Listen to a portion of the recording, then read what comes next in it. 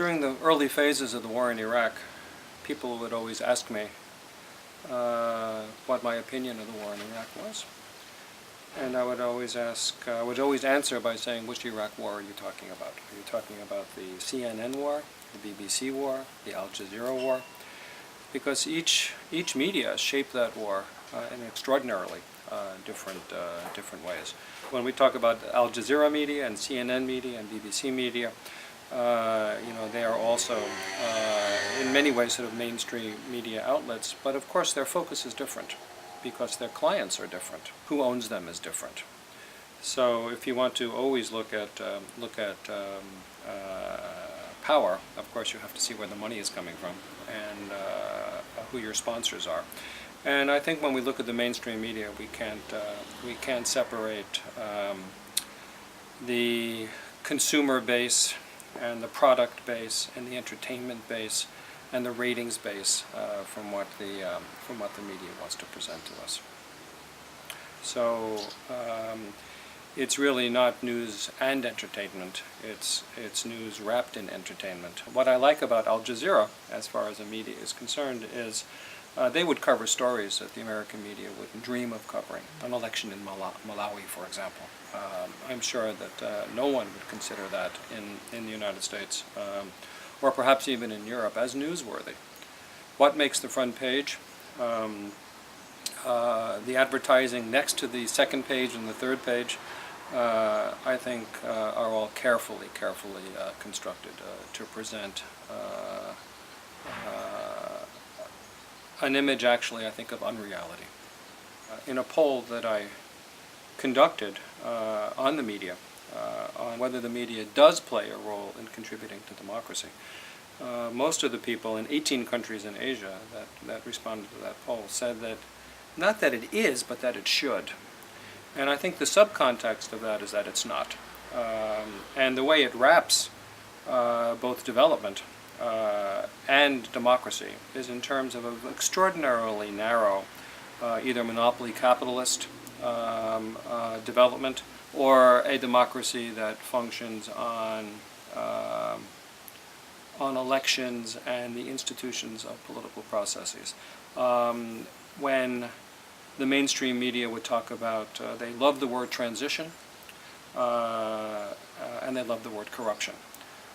But they rarely ask transition to what, and what's the root cause of the corruption. So the corruption always seems to be indigenous, but it never seems to be coming from us, and us means the rich West. And what the mainstream media does not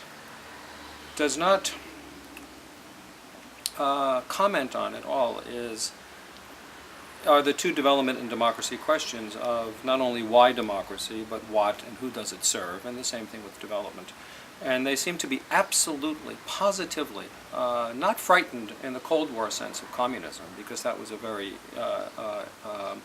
simple choice for the media and for most individuals in the former First World, the democratic capitalist world, to rail against and be negative about. But what they are extraordinarily frightened of, the mainstream media, and terrified of, is democratic socialism. This is especially true in South America, where indigenous movements, whether it's in Brazil or whether it's in Bolivia, and of course Chile and Argentina, where the leaders of those movements are portrayed as buffoons, clowns, out of control, without looking at any context at all. And actually what the popular support is, because these people, many of them, whether it's Morales, they've won elections. And they've won elections in a democratic and developmental way as we are taking control back. So the mainstream media just doesn't know what to... Well, I think if I want to be kind to them, I'd say they don't know what to do with it. And since they don't know what to do with it, they'll demonize it instead of seeking to understand it. What the mainstream media seems to love is they love a fight. So they will always end up getting, I don't want to call it extremist views, but people that just state their positions with really no chance for any understanding between them. And I think a media, when they want to set up when they want to set up something that should be news and information, but not news and entertainment, they could more carefully construct who they invite to the show. The people that they invite as experts are incredibly slick. So they're professional lobbyists. Well, I keep on talking about Al Jazeera, but what I like about that is they bring in people that actually sometimes have to stop and think about what they're going to say.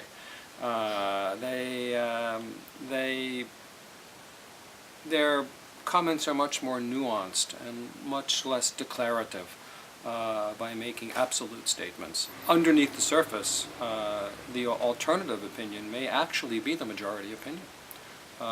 So in fact, you have a type of media fascism that's taking place. I'm not even going to call it media democracy, because they already have their conclusions. That's how they construct their show.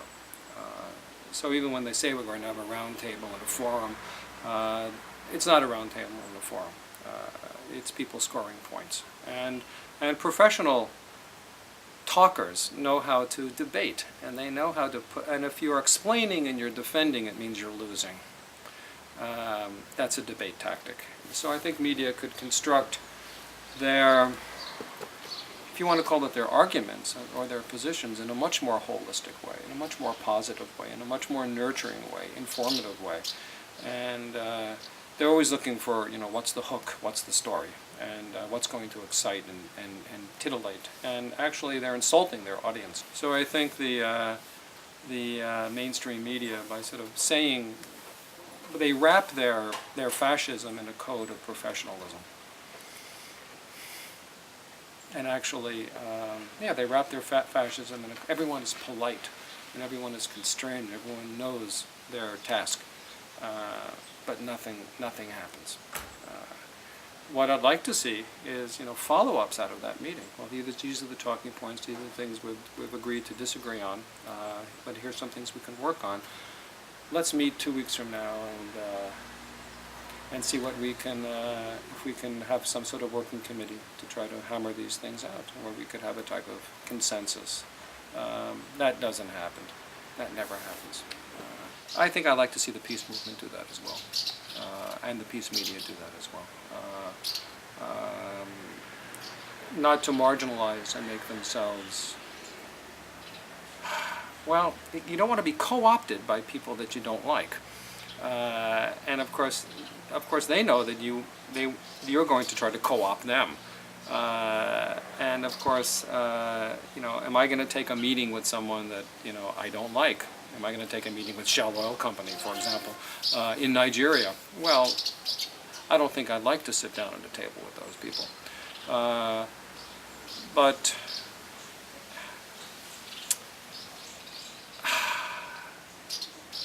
there's a line between cooperation and resistance, and I think the peace media has to.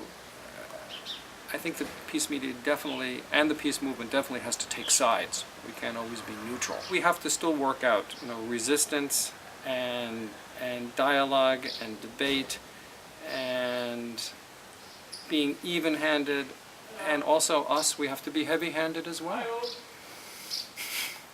It's a very difficult balance. It's a really, really difficult balance. So, and I haven't worked out how to do it yet. Sometimes I just want to not debate, I just want to listen to someone that's from the other side. Just to see what they're thinking, whether they have anything legitimate that I could raise as a talking point. So I think we need to listen more as well. And that's dangerous, because you listen, you get co-opted, and then suddenly, so it's a really difficult balance, and I think we have to work it out.